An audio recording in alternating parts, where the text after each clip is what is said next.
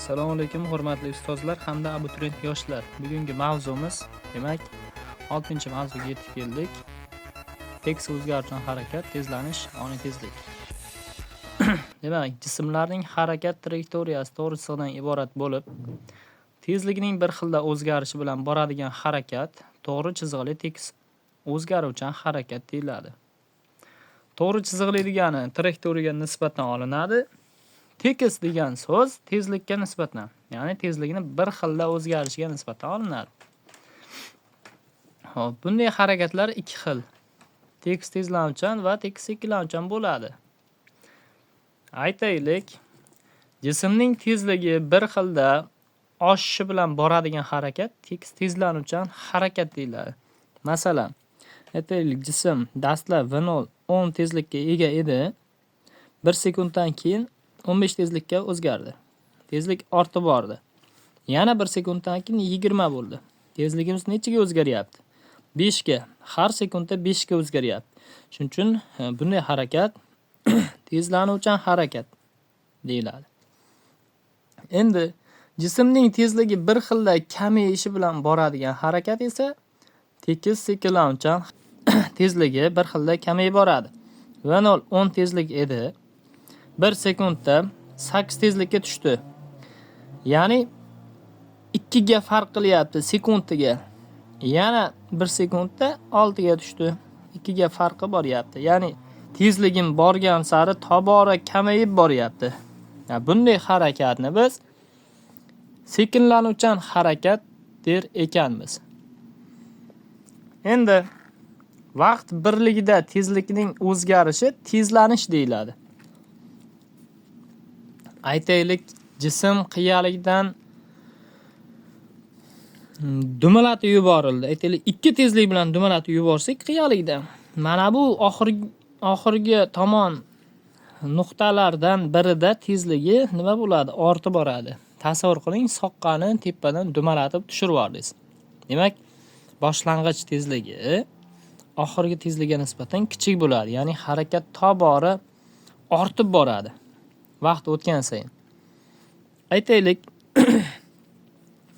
dastlabki tezligi 2 edi, mana 2 metr taqsim sekund. Oxirgi tezligi 14 metr taqsim sekund bo'ldi. Vaqtni 4 sekund deylik. Tezlanish so'raydigan bo'lsa, tezlanish nima dedik ta'rifini? Ta'rifi shunday ekanki, vaqt birligi ichida tezlikning o'zgarishi tezlanish deyiladi. Ya'ni A barobar delta V, delta degani o'zgarish degani, taqsim T. Ya'ni ikkinchi holatdan birinchi holatni ayiramiz. Va ayiruv v0 oxirgi tezlikdan boshlang'ich tezlikni ayiramiz. Taqsim T. Mana shu formulaga qo'yadigan bo'lsak, tezlanishni osongina topamiz. 14 ayiruv 2 bo'luv 4. Hisob kitob qiladigan bo'lsak, unda 12 bo'lamiz 4 bo'lyapti-da. Natija 3 metr taqsim sekund kvadrat. Demak, tezlanish birligi metr taqsim sekund kvadrat bo'lar ekan. Mana bu yerda bunga bitta, bunga 3 ta. Tezlanish vektor kattalik. Hop, A harfi bilan belgilaymiz tezlanishni. Demak, mana bu yerga yozib ketaylik shu ma'lumotlarni. Demak, belgisi A. Tezlanishni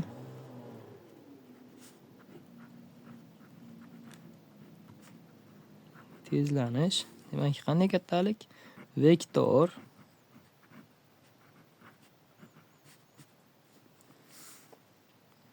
kattalik yuqori qismiga vektor qo'yib qo'yamiz. Mana vektor kattalik. Xo'p, birligi metr taqsim sekund kvadrat bu birligi.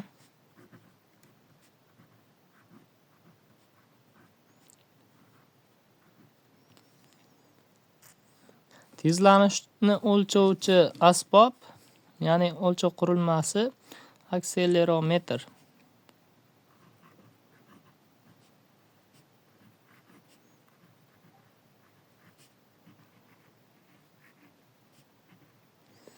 Tezlanish o'lchov qurilmasi bu. Masalan, vaqt soatda o'lchaymiz, uzunlik metrda o'lchaymiz. Xuddi shunday tezlanish o'lchovchi qurilma akselerometr hisoblanadi. Xo'p, demak, jism harakat boshlangandan t vaqt o'tgandan keyingi oniy tezlik haqida gaplashishimiz kerak. Endigi rejamiz oniy tezlik. Oniy tezlik nima o'zi? Harakatlanayotgan jism trayektoriyasining yoki vaqtning biror paytidagi tezlik bu oniy tezlik deyiladi.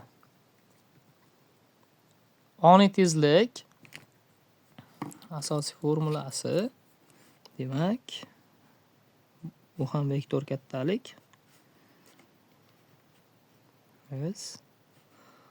Taqsim delta S taqsim delta T formulasi hisoblanadi.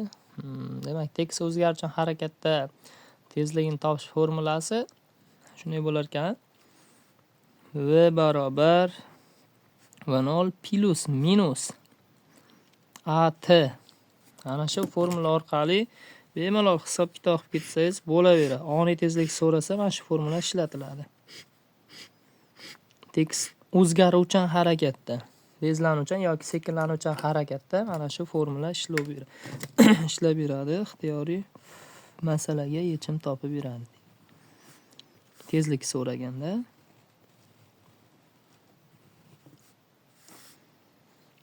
aytaylik, mana bu yerdagi plus minus ishoralar nimani belgilaydi? Bunda plus ishora bilan minus ishorani farqi plus ishora harakat tezlanuvchan,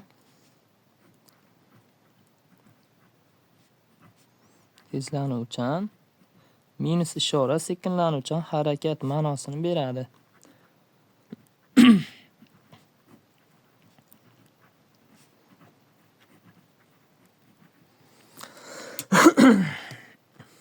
Demakki, mana bu yerda ko'rib ketdik, mana tezlanuvchan hamda sekinlanuvchan harakat. Mana tezlik vektori, mana tezlik 10 ga, tezlik vektori 10 ga strelka bilan ko'rsatilgan va tezlanish vektori ham xuddi o'sha yo'nalishda. Tezlik va tezlanish vektorlari mos ravishda bir xil yo'nalishga ega bo'lsa agar tezlanuvchan harakat bo'ladi. Tezlik yo'nalishi tezlanish yo'nalishi bilan vektorlari haqida gap ketyapti. Tezlik vektorlari tezlanish vektorlari bilan qarama-qarshi harakat qiladigan bo'lsa, u holda sekinlanuvchan harakat deyiladi. Ya'ni mana bu yerga alohida yozib to'xtalib ketamiz. Demak,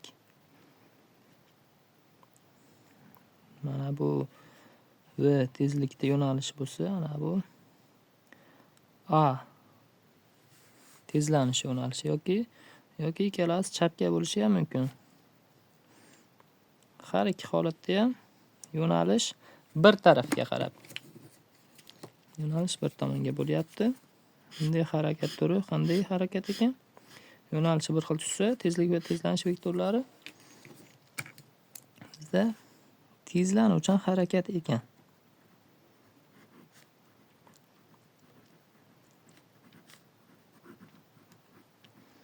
Ularni akkuratni qilib leksiyalarga yozib o'yla, yodlab o'yla, albatta kerak bu formulalar, asosiy formulalar hisoblanadi. Endi qarama-qarshi bo'lsa-chi, ya'ni tezlik vektori o'ngga qaraganda tezlanish vektori chapga qarab qolyapti ekan. Yoki aksi. Tezlik vektori chapga qaraganda tezlanish vektori o'ngga qarayapti ekan. Ushbu holat bizda demak sekinlanuvchan harakatni ifodalaydi. Sekinlanuvchan harakat.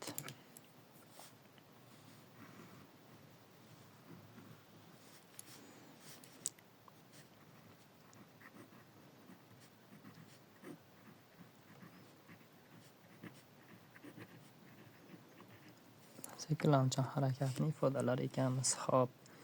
Endi tezlanuvchan harakatda albatta tezlanish yo'ldan katta bo'ladi.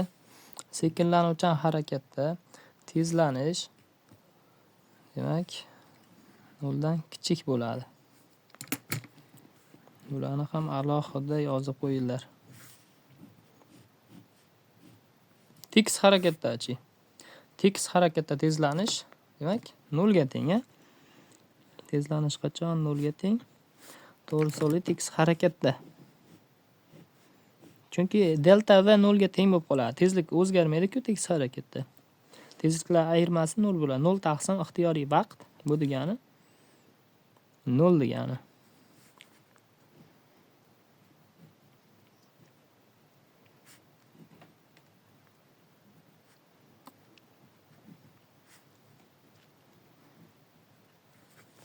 Teks harakat. Hop. Endi grafiklar haqida gaplashib qisqacha to'xtalib o'taylik. Grafiklar demak tezlikni vaqtga bog'lanish grafikini chizamiz. Tasdiqlab. Tezlikni vaqtga bog'lanish grafiki.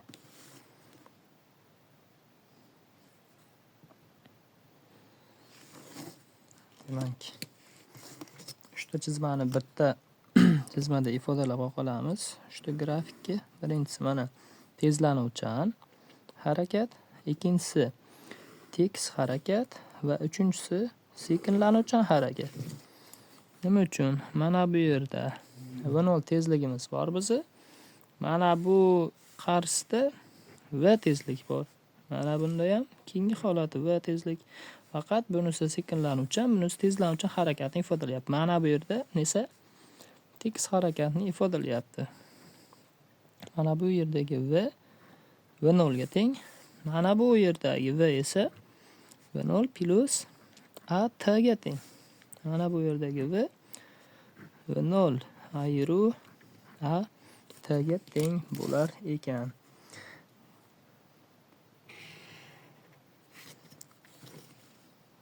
Demak, hamma tushunyapti deb o'ylayman grafikka.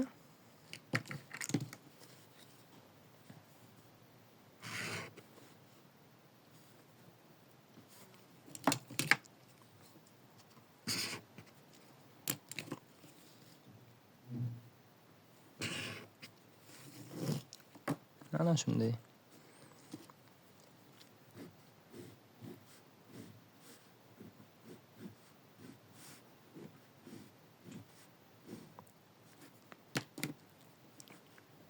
Demak, tezlanuvchan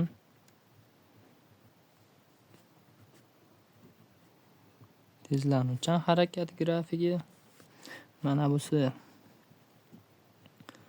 teks harakat va mana busi sekinlanuvchan.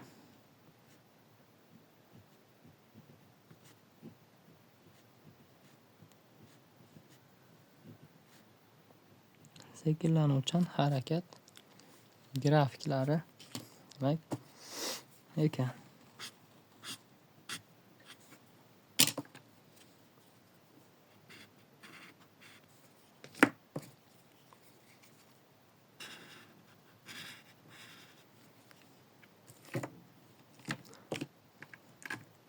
Hop, endi tezlanishni vaqtga bog'lanish grafiki haqida gaplashishimiz kerak. Tezlanishni vaqtga bog'lanish grafiki demak chizadigan bo'lsak, vaqtga bog'lanish deyildimi?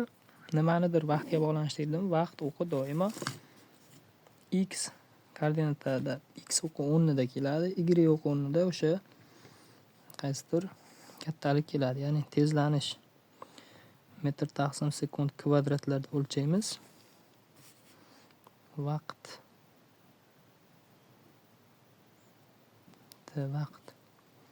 sekundlarda o'lchaymiz. Xo'p, demak a 0 dan katta bo'ladi. Ya'ni mana bu yer 0 bo'lsa, mana bu yer plus a.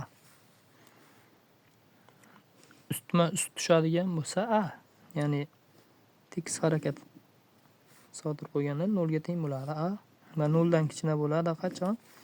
Qachonki minus a ga teng bo'ladi, qachonki sekinlanuvchan harakat bo'lganda. Mana bu demak tezlanuvchan harakat Mana bu tekis harakat va mana busi sekinlanuvchan harakat ifodalar ekan, demak. Mana bu holatda A0 dan katta tezlanuvchan, A0 ga teng tekis harakat, A0 dan kichik sekinlanuvchan.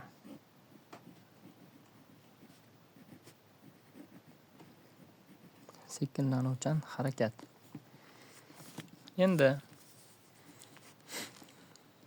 tezlanishni vaqtga bog'lanish grafikida grafik ajratgan yuza nimani ifodalaydi? Buni ham gaplashib o'tishimiz kerak biz.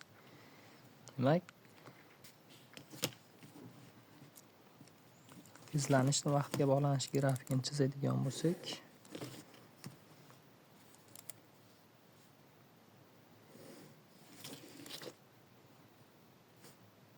vaqti sekundlarda o'lchov birligi, tezlanish A metr taqsim sekund kvadratda o'lchov birligi.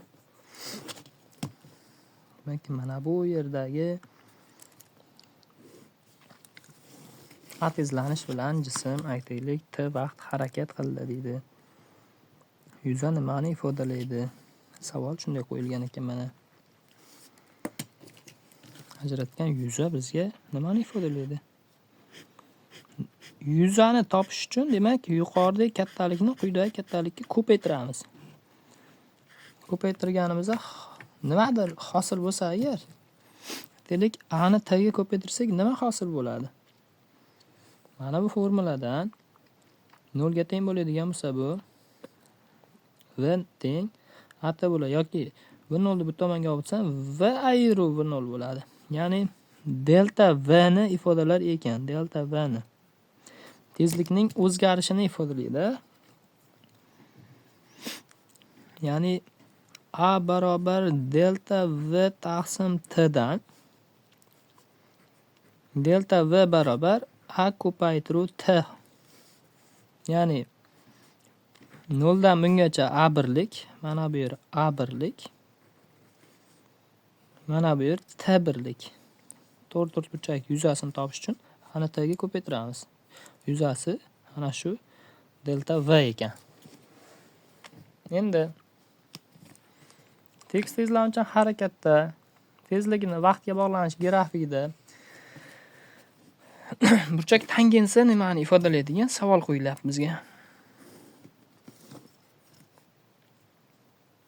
Demak, tekis tezlanuvchan harakat uchun oldin grafik chizadigan bo'lsak, vaqt o'tgani sari tezlik ortib boradi. Shu grafik chizamiz hozir. V metr taqsim sekundlarda o'lchaymiz. T sekundlarda o'lchaymiz. Mana bu yer 0 bo'lsa, aytaylik 0 dan oboraylikmi? 0 dan oborsak grafikda mana bu yerdan dastlab mana bu yer V0 bo'lyapti va mana bu yeri V bo'lyapti. Ya'ni oxirgi tezlik V ga teng ekan. Dastlabkisi V0 ga teng. Mana endi burchak alfa bizga berilgan. Mana shu burchakning tangensi nimani ifodalaydi? Tangensi desa yuqoridagi kattalikni quyidagi kattalikka bo'lamiz. Ya'ni mana bu yer burchak tangensi nima edi? Alfa burchak qarshisidagi katetni unga yopishgan katetga nisbati edi. T vaqti. Mana bu yer T birlik, mana bu yer delta V birlik, ya'ni V ayiramiz V0. Bo'lib ko'ramiz nimani ifodalaydi? Tangens alfa barobar V ayiruv V0 bo'lamiz T. Bizda bu formula delta V taqsim T nima ifodalaydi? A ni ifodalaydi. Ya'ni tangens alfa teng ekan A ga. tezlanishga teng bo'lar ekan.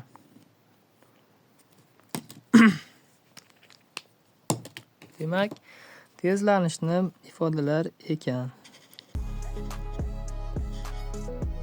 Bugungi mavzu qisqacha shundan iborat edi. Endi qolganlarini yechimlarida ko'rib o'tamiz, xudo xolasa. Misoli masalalar chiqmagani bo'lsa, mana bu fizika trend kanalimizga izohlarda qoldirsanglar, iloji boricha qo'ldan kelgancha harakat qilamiz yordam qilishga. Keyingi video darslarda ko'rishguncha sog' bo'yla, salomat bo'yla.